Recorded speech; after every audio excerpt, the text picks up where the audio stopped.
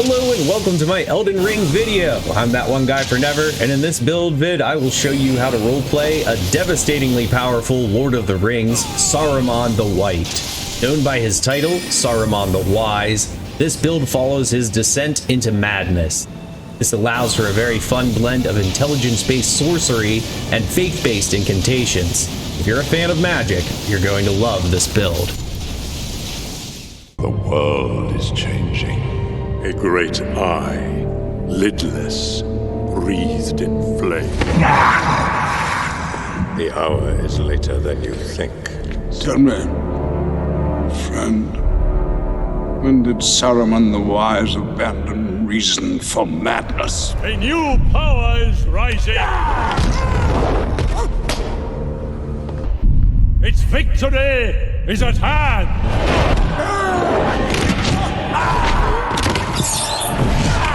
This night, the land will be stained with the blood of Rohan!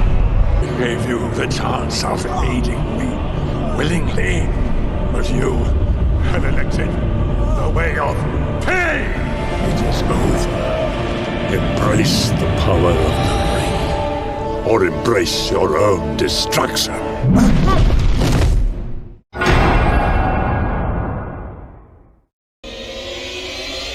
For those looking for a brief overview, this is my preferred setup for Saruman the Mad at level 150. Talisman spells and incantations are occasionally swapped around based on the area or enemy type. I'll be linking where to find this gear up above and in the description below. Feel free to reference this graphic during your own playthrough. For those looking for a more detailed explanation of this build, stick around for more information. Beginning with your class, I would start with the Astrologer. Its starting equipment, the Astrologer's Staff, and spells Glintstone Pebble and Glintstone Arc will allow you to be effective right out of the gate. The Astrologer's stat distribution is also ideal, allowing you access to a wider array of early spells while wasting as few points as possible in useless stats such as Arcane. In lore, Tolkien describes Saruman as having a long face and a high forehead. He had deep, darkling eyes, and his hair and beard were pure white.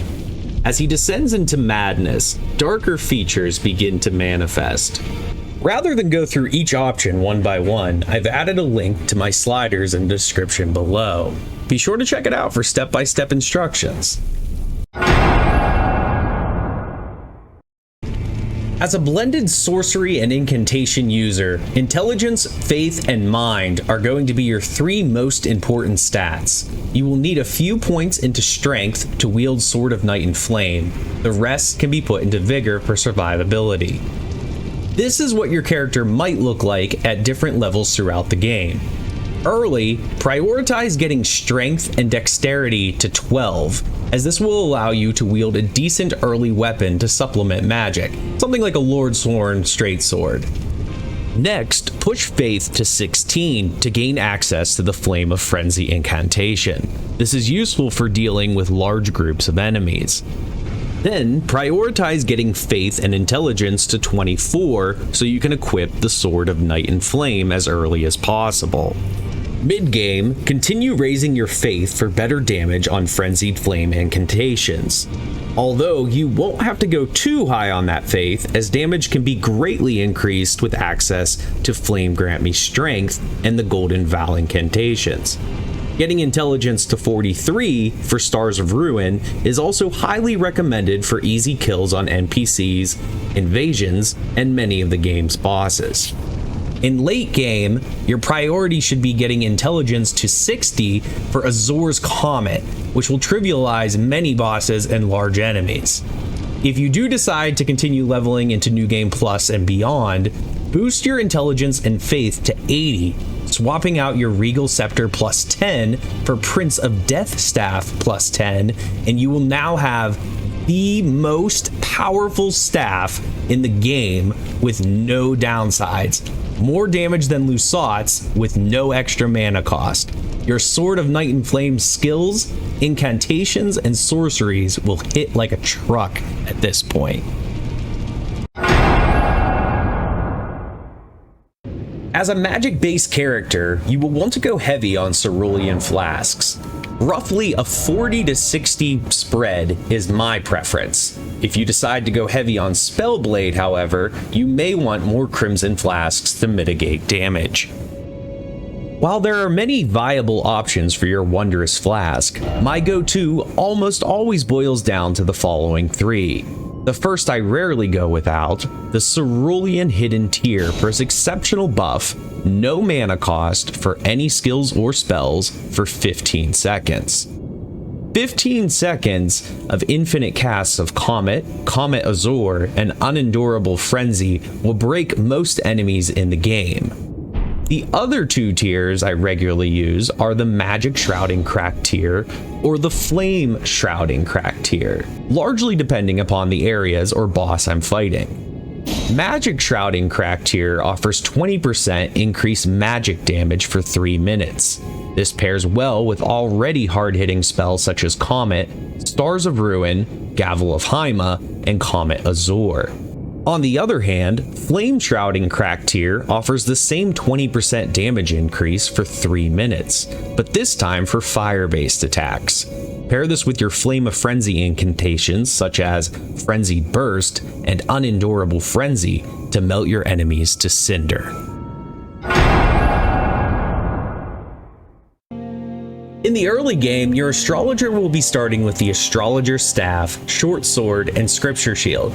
You can get by with this gear, however, I highly recommend heading to the Round Table and buying a Finger Seal and some starter incantations from Brother Corin.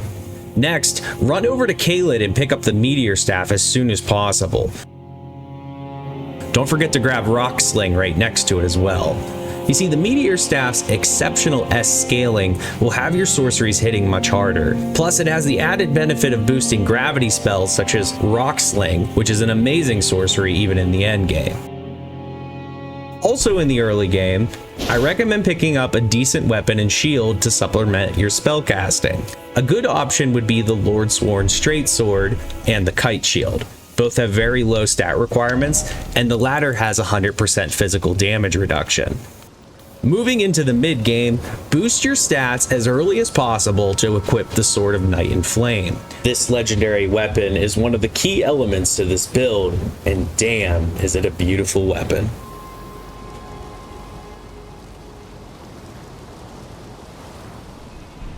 This weapon is going to be a major power-up for your character. Its flame ability is great for clearing mobs, and its magic ability is great for tanky enemies and bosses. Also, be sure to continue Rogier's quest line at the Roundhold Table for his drop, Rogier's Rapier. It's not the rapier itself we're after, but the Ash of War equipped to it, Glintblade Phalanx. This Ash of War is invaluable for easily poise-breaking enemies endgame. To keep your equipment load light, put this Ash on something small like a dagger. You see, this skill has a hidden secret. Each blade of Glintblade Phalanx inflicts 10 poise damage, making the full set hit for a whopping 40 points. Combine this with Rock Sling and you'll be poise breaking most enemies effortlessly. As you continue progressing through the mid-game up to the Altus Plateau, be sure to pick up the Golden Order Seal for better damage scaling on your incantations. In fact, this is going to be your best seal for the rest of the game. As you move into the late game, your intelligence should be high enough to equip the Carrion Regal Scepter.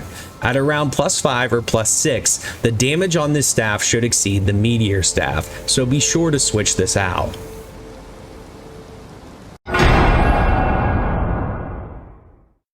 The wizards in the Lord of the Rings belong to a race of primordial angels known as the Maiar. They were sent to Middle-earth to advise men and elves to resist Sauron. Each wizard was assigned a color for his clothes and rank. The wizard in white was Saruman. White represents leadership, but it also represents his magical affinity. White is the incorporation of all colors.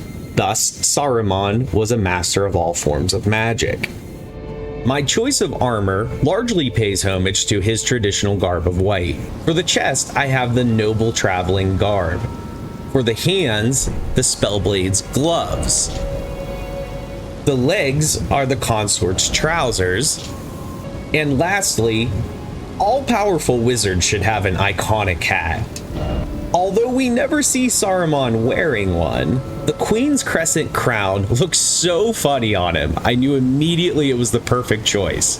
Aesthetically speaking, the crown is a good choice for him as well due to its tall and narrow form matching the features of his face and body. Talisman choice is largely going to come down to personal preference. There are a few superior choices that stand out for this build. By the end of your playthrough, my top picks are the Shard of Alexander, Graven Mass Talisman, Flock's Canvas Talisman, and the Primal Glintstone Blade. The Shard of Alexander will increase the damage of your weapon skills on the Sword of Night and Flame by 15%. The Graven Mass Talisman increases damage of sorceries by 8%. This is great on hard-hitting sorceries like Comet and Comet Azure. The Flock Canvas Talisman increases the damage of incantations by 8%. This will give your Flame of Frenzied incantations a little more oomph. And finally, the Primal Glintstone Blade decreases spell cost by 25%, but reduces HP by 15%. As a pure mage, FP is crucial to your character. This talisman will allow you to cast more spells and skills in between Sites of Grace.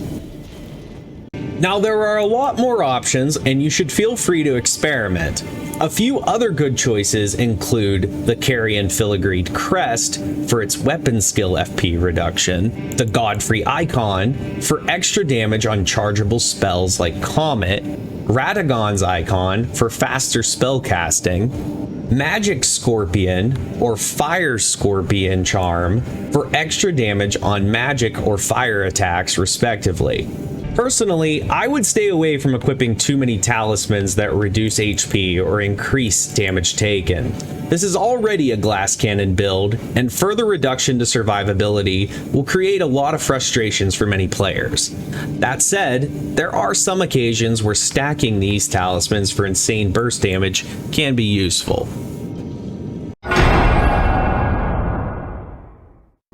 Spells and incantations are the core of this build, and they make this character so much fun to play. As I mentioned previously, Saruman is a master of all forms of magic. His true form is that of a Maiar, or angel, therefore it makes sense he would be able to utilize incantations as well. Nearly all spells can be effective in the right configuration, but there's just too many spells in the game to cover it all, so here are some of my top picks. Early game, you'll be using Glintstone Pebble, a lot in fact. Many players continue using it into the end game. It's just one of the most efficient spells in the game with its low FP cost, fast casting, and good damage scaling. That said, I personally move away from it later in the game. There's just a lot cooler spells I'll cover soon. Still in the early game, when enemies group up, I like to turn to Glintstone Arc or Frenzied Flame. Those two spells can be a lifesaver if you're overextended. Another great early spell is Rock Sling. It's fantastic for poise-breaking tanky enemies, mini-bosses, and bosses even into the endgame. It's also one of the few spells in the game that does physical damage, which is very helpful when trying to damage enemies with high magic resistance like Carrion Knights and Glintstone Dragons. There's going to be many occasions where you're going to want to spell snipe enemies at a safe distance, so be sure to head up to the Frenzied Flame Village in Lernia of the Lakes for Frenzied Burst. This incantation has some serious range and can be charged to break an enemy's guard. As you progress into the mid-game, you'll find that you'll need a little more oomph with your spell damage to burst down those tougher enemies. Make sure you pick up Flame Grant Me Strength and Golden Vow as early as possible. Flame Grant Me Strength will increase the damage of your Flame of Frenzy incantations by 20% for 30 seconds, while Golden Vow boosts all damage by 15% for 80 seconds. And yeah, they stack multiplicatively. Terra Magica can also be useful for boosting magic damage. Just note it will not increase damage of incantations or gravity spells, which is why I don't use it as often on this particular build. Another way to start boosting your damage is to transition over to more powerful spells. They may not be as efficient on FP as Pebble, but I recommend equipping Glintstone Comet Shard and Hammer of Haima. Additionally, you can replace Glintstone Arc with Cannon of Haima. All three deal superior damage and will help keep you alive. As you make your way into the end game, you should have access to nearly all the spells. It's time to switch spells out again for stronger versions. Comet Shard, switch that to Comet. Flame of Frenzy to Unendurable Frenzy. And I typically abandon many of the other spells in favor of Comet Azure. Now, don't be afraid to experiment. There are a ton of other great spells that I use situationally. Carrion Greatsword, Stars of Ruin, Audula's Moonblade, Crystal Torrent, the list goes on. Play what's fun for you. You are a master of magic after all.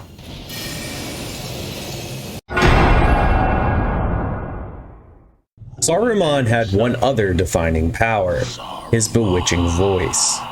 It's said in lore that his voice had a power over the minds of others. The wise he could persuade, and the smaller folk he could daunt. There are not many in Middle-earth that were safe if they were left alone to talk with him. In fact, so powerful was his voice that he was able to keep kings enthralled and raise armies of tens of thousands. So how do we translate this power of voice to Elden Ring? There's a relatively rare item called the Bewitching Branch that has the power to turn enemies into allies for 3 minutes. You can find a few from merchants and other drops around the world, but to craft more, you're going to need to acquire the Fever's Cookbook 3. This can be acquired pretty early, actually. Complete Vara's quest line in Lernia of the Lakes, teleport to Mogwin, and grab the area map. Then teleport back to the Roundhold table, speak with Gideon about the Lord of Blood to receive a reward of this cookbook. And it is a wondrous thing indeed. Here's the recipe. I've added links to the wiki to help you find the ingredients as well. Now, not every enemy can be bewitched. Bosses and enemies immune to sleep are unaffected. Despite this limitation, this item is very effective. Here's a list you can reference of enemies I know that can be bewitched. This item can really come in handy for large groups of enemies like in Mogwin Palace, or for boss fights where minions are summoned, such as Commander Nile in Castle Soul. The main thing is to not hoard these items and never use them. I don't think any Dark Souls player would ever do that though, right? Seriously though, have fun with this item. There's 2 other consumables that I find helpful for this build: Clarifying Boluses and Frenzy Flame Stones. The former will heal buildup of madness, which is helpful by allowing you to spam Flame of Frenzy incantations more often. The Frenzy Flame Stones have a niche use for later in your playthrough. Once you are grabbed by the 3 fingers, becoming the Lord of Frenzy, this item will heal you for 35 HP per second for 30 seconds when you stay in the aura. Use it in between tough encounters to save Crimson Flasks for when you really need it. For the final part of this build, let me show you some examples of how you'd play Saruman in combat. A typical fight is likely going to look something like this: spamming Glintstone Pebble, or Great Glintstone Shard, or Comet Shard, or even Comet. Any other spells or incantations you prefer work perfectly fine as well. Another common tactic will be using the Sword of Night and Flame's magic ability for single targets, or its flame ability for multiple enemies. For tougher encounters, your fight will typically involve buffing up, then using your most powerful spells tactfully. Here's some examples. First example, you're buffing with Golden Vow, throwing down Terra Magica, chugging your Wondrous Flask, and blasting an enemy with a prolonged cast of Comet Azure. Or you could use something else hard-hitting like Comet. The second example, buff with Golden Vow and Flame Grant Me Strength, chug your Wondrous Flask, and melt your enemies down with Unendurable Frenzy. If you're thinking to yourself that all these buffs look tedious and unnecessary, well, you're mostly right. Most of the time, you're not going to need all these buffs, but it's great to have them when you do. There will be many times you'll want to spell snipe enemies safely from a distance. You could simply use Frenzied Burst for weaker enemies. If the enemies are a little bit stronger, you could buff up first with Golden Vow and Flame Grant Me Strength, then use Friendly Burst for increased damage.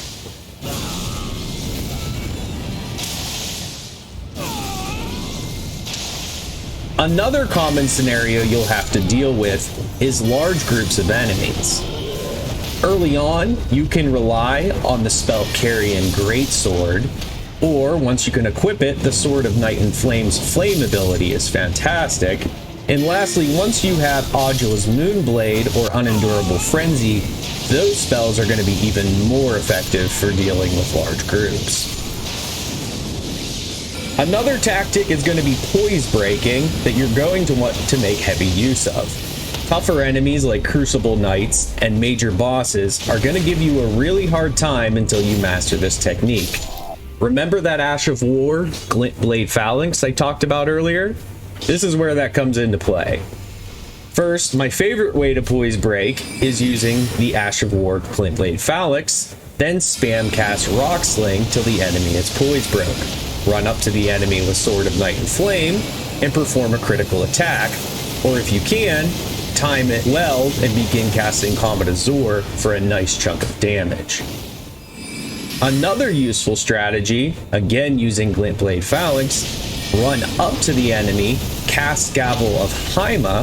If the enemy is poise broke, you can safely cast Gavel of Haima again twice, then roll away.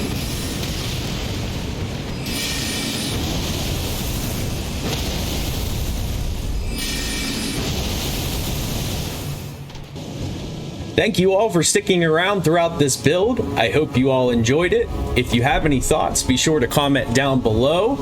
Be awesome, show me some love, like and subscribe. See you all again next time.